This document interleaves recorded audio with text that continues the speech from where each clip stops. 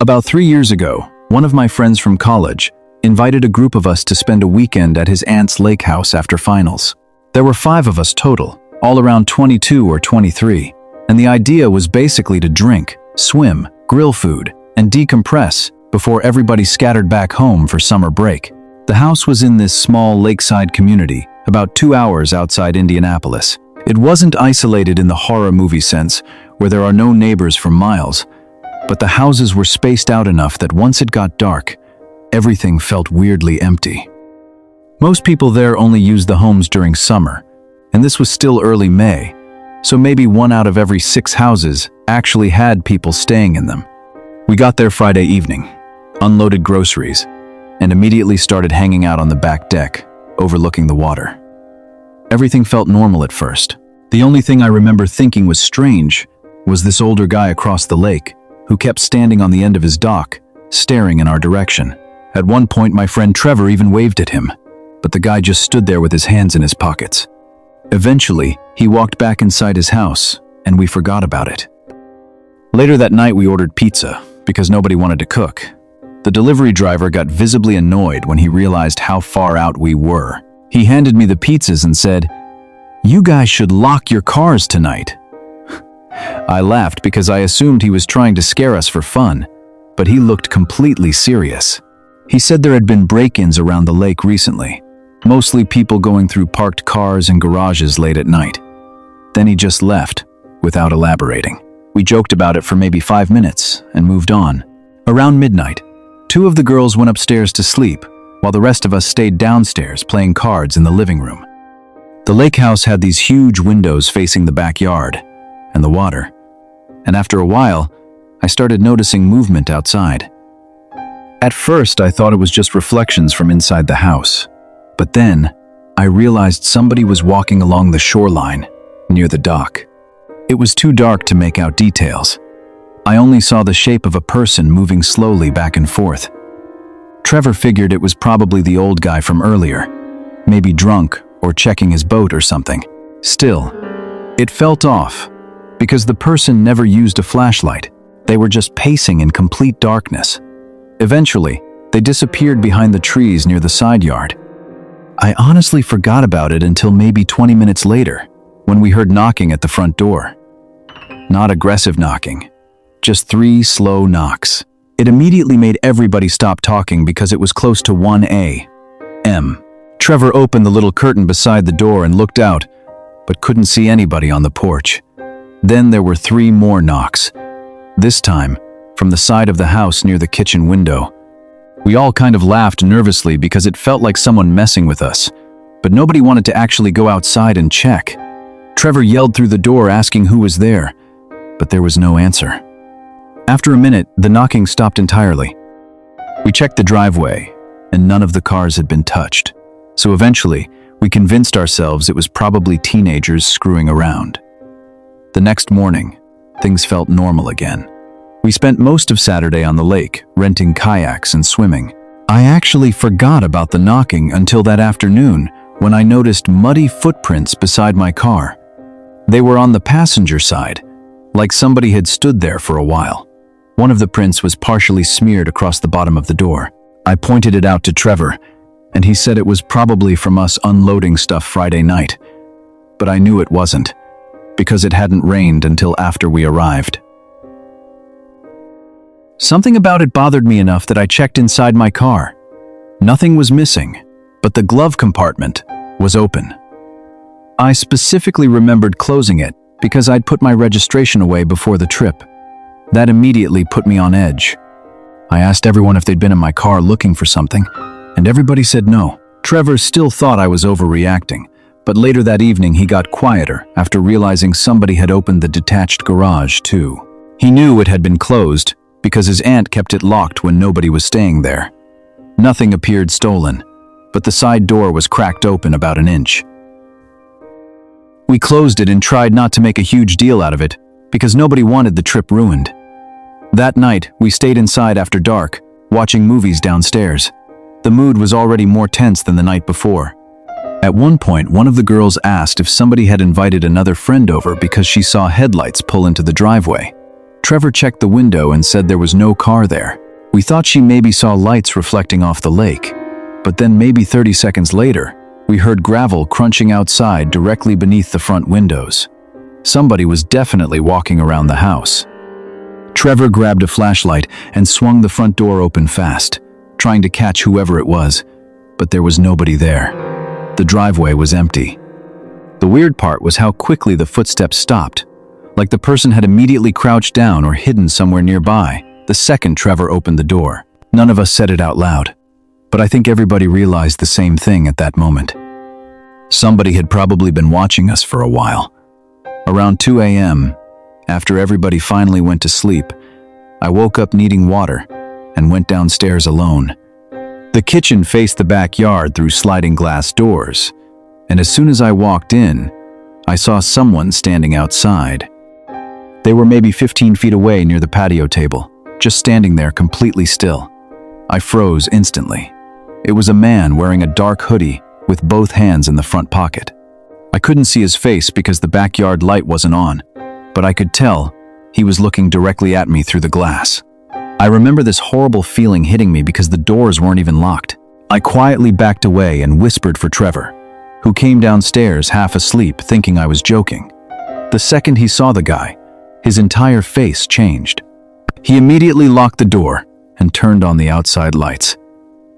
The man didn't run. That was honestly the creepiest part. He just slowly walked backward into the darkness near the trees without saying a word.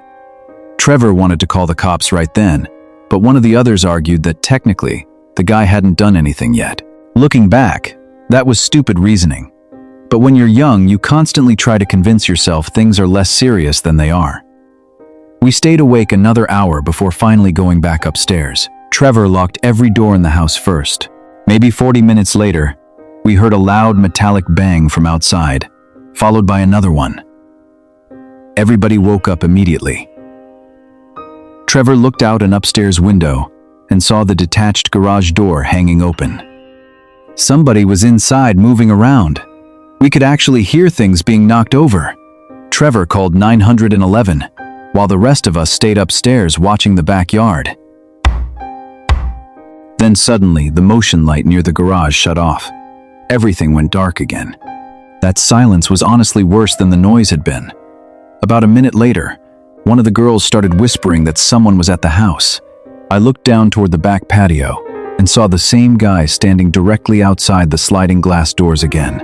Only this time he was trying the handle. Slowly, over and over. Like he thought eventually it would just open. Trevor started yelling that the police were coming, but the guy barely reacted. He just kept pulling the handle until he finally looked up toward us, standing at the upstairs window. Even from that distance, I could tell he was smiling. Then he walked off toward the side of the house. We heard one of the downstairs windows slide open almost immediately after. That sent everybody into complete panic mode. Trevor grabbed a fireplace poker while I locked the bedroom door. We could hear footsteps downstairs, moving through the kitchen. Not rushed footsteps either, calm footsteps. Like the guy already knew we were trapped upstairs. One of the girls was crying, while Trevor yelled that he had a weapon, and the cops were almost there. The footsteps stopped for maybe 5 seconds, then started coming up the stairs. I can still remember how slow they sounded. One step at a time. Trevor stood near the door, ready to swing the poker if it opened. Then, right before the footsteps reached the top, we suddenly heard police sirens outside. The footsteps immediately turned around. We heard the guy running downstairs fast this time, followed by the sound of the back door slamming shut. The police searched the property for over an hour with flashlights and even brought a K9 unit, but they never found him. What they did find was way worse in my opinion. Inside the detached garage, officers found a folding chair positioned directly beside the small side window facing the house. Whoever had been out there had apparently been sitting inside the garage watching us through that window at night. There were cigarette butts on the floor, empty water bottles, and a backpack with snacks inside, meaning the guy had probably been staying there for hours before we even noticed anything was wrong. The police believed he'd been sneaking around vacant lake houses for weeks. Apparently, some owners had reported missing food. Clothes moved around, lights turned on, stuff like that. We packed our things and left before sunrise. Trevor's aunt ended up installing security cameras everywhere afterward. The creepiest part for me happened about a month later, when Trevor called saying the police had arrested someone connected to the break-ins. They showed his aunt a photo for identification. Trevor said the guy was the same older man we'd seen standing across the lake on the first night, staring at us from his dock.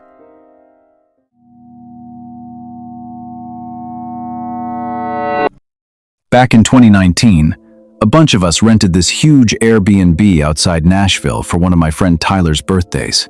There were 12 of us total, all in our mid-20s, and the whole weekend was supposed to be pretty simple. We'd grill food, drink too much, go downtown one night, and spend the rest of the time hanging around the house. The place itself was weirdly big for what we paid. It sat at the end of a gravel road surrounded by other rental properties and small wooded lots. Not isolated enough to feel creepy, but far enough from town that you couldn't just walk anywhere. Tyler had invited a few coworkers none of us really knew, including this guy named Evan. Evan wasn't dangerous or anything at first glance. Honestly, he was pretty normal. Quiet, decent-looking guy, maybe 30 or so. Worked in software sales with Tyler. The only thing people noticed right away was that he attached himself to whoever was talking and stayed there too long.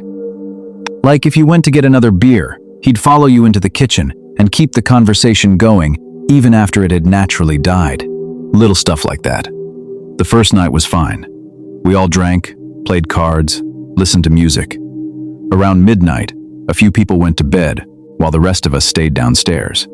I remember noticing Evan sitting alone at the kitchen island, just staring at people.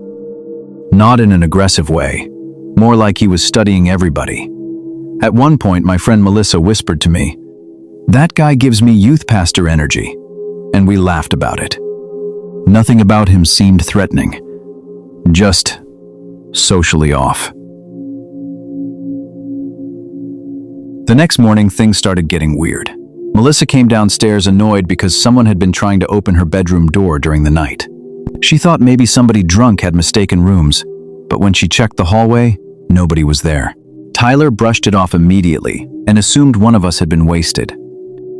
Then another friend, Jenna, said she woke up around 3 in the morning and saw somebody standing outside her cracked bedroom door for a few seconds before walking away. She only saw the outline of a person because the hallway light was off. Again, everybody assumed it was someone drunk wandering around. The only reason it stuck in my head was because Jenna specifically said the person looked too tall to be most of us. Evan was easily the tallest guy there. That night we all went downtown to the bars. Evan came too, but he barely drank. He mostly stood around talking to people, one-on-one. I noticed he kept asking oddly personal questions for someone who had just met us, like where everyone lived exactly, whether people lived alone, if anyone carried cash, stuff like that. He asked me if my apartment building had security cameras. I remember laughing and asking why he cared, and he just shrugged and said he was paranoid about break-ins. Around midnight, Tyler wanted to hit another bar, but a few of us were exhausted and decided to Uber back to the house early. Evan said he'd stay downtown with Tyler and the others. So me, Melissa, Jenna, and 2 other people went back first. We got to the house around 1 a.m. And everybody basically went straight to bed.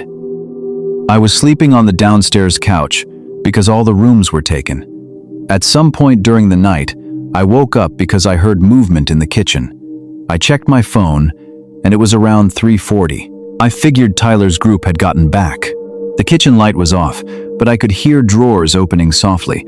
Then I heard footsteps moving toward the hallway where the bedrooms were. I called out, "Tyler?" No response. The footsteps stopped immediately. I sat up and listened for maybe 10 seconds. Complete silence. Then whoever it was kept walking again, slower this time. I honestly thought one of my drunk friends was trying not to wake people up, so I didn't think much of it. I went back to sleep. The next morning, Jenna looked genuinely shaken. She asked if anyone had come into her room during the night. Everybody said no. She swore someone had slowly opened her door while she was awake, pretending to sleep. She said the person stood there long enough that she almost said something, but eventually the door closed again. Then Melissa suddenly asked where her purse was. We searched everywhere downstairs and finally found it sitting outside on the back patio. Nothing was stolen from it, but all the cash was gone. That immediately changed the mood in the house. Tyler started asking everyone if they'd seen anything weird. That's when I mentioned hearing someone walking around downstairs. Evan got strangely defensive right away and said maybe somebody forgot to lock the back door and some random person wandered in. The thing was, the back door had an alarm chime that beeped loudly every time it opened. Nobody heard it. Tyler checked the security app connected to the house cameras, but the owner only had one active camera facing the driveway. No footage showed anyone arriving or leaving overnight, besides our group. Everyone started quietly suspecting each other after that. The whole vibe of the trip changed. Some people wanted to leave early. Others thought somebody in the group was stealing cash as a prank or because they were drunk. Evan kept trying way too hard to help solve it. He walked room to room asking people questions like he was investigating a crime scene. Later that afternoon, Melissa pulled me aside and told me something I still think about. She said when she woke up during the night after hearing her door handle move, she checked her phone and saw a silhouette standing at the end of the upstairs hallway. She assumed it was Tyler because he was tall, but when the figure turned slightly, she saw a reflection from glasses. Tyler didn't wear glasses. Evan did. That night, everyone agreed to keep bedroom doors locked.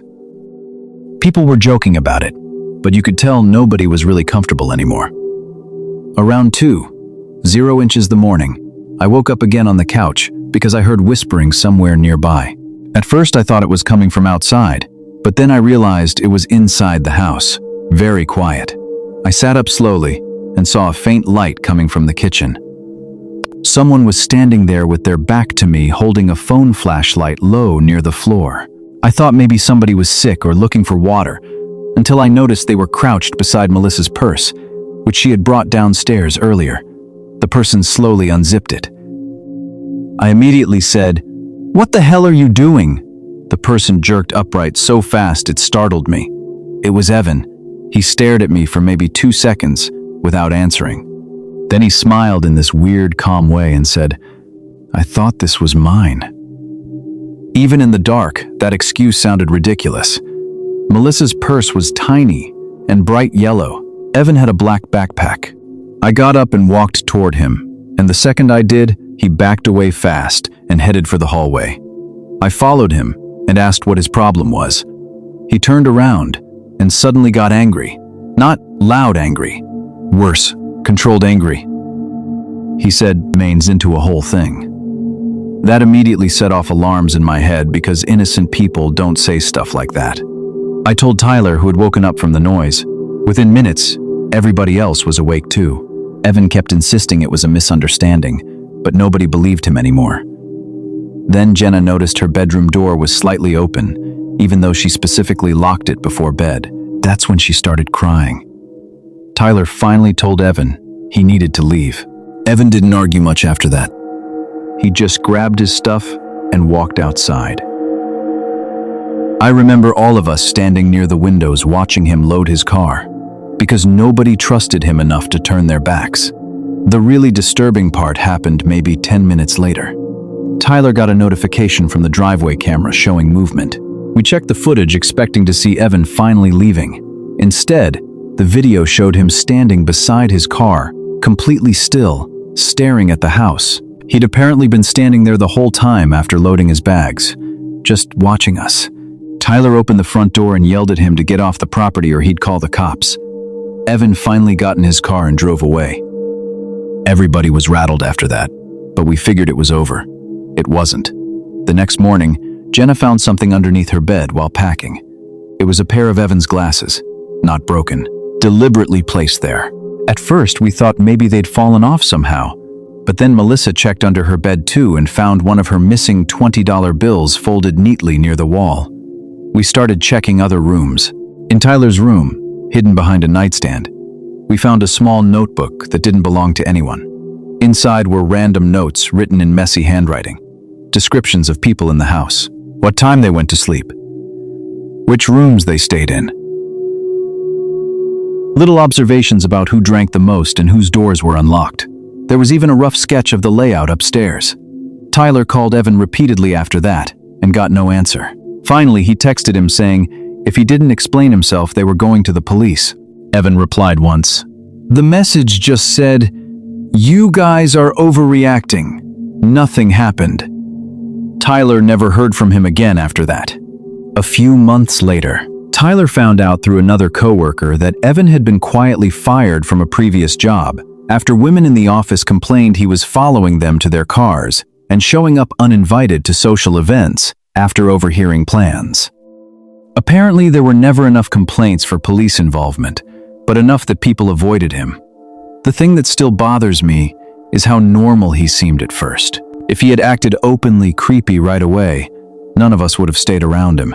Instead, he blended in just enough that everybody ignored their instincts until it got impossible to explain away anymore. Even now, whenever I stay in a rental house with a big group, I lock my door every single night.